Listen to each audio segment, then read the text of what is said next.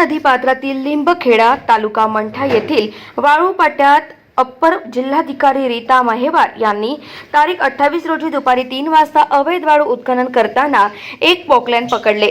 कारवाईनंतर पकडलेले पोकलॅन मंठा तहसीलदार सोनाली जोंधळे यांच्या ताब्यात दिले। पोकलॅनवर झालेल्या कारवाईची माहिती पत्रकारांनी मागितली असता मंठा तहसीलदारांनी 24 तास उलटल्यानंतर दिली।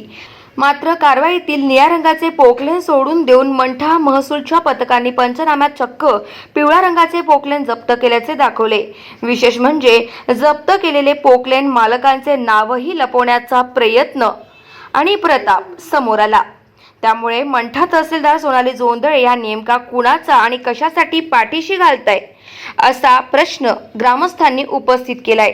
कारवाई दरम्यान निळ्या रंगाचे मोठे पोकलेन पकडले होते, पण 24 तासानंतर मंठा महसूलने पंचनाम्यात छोटे आणि नादुरुस्त असलेले पिवळ्या रंगाचे पोकलेन जप्त केल्याचे दाखवले।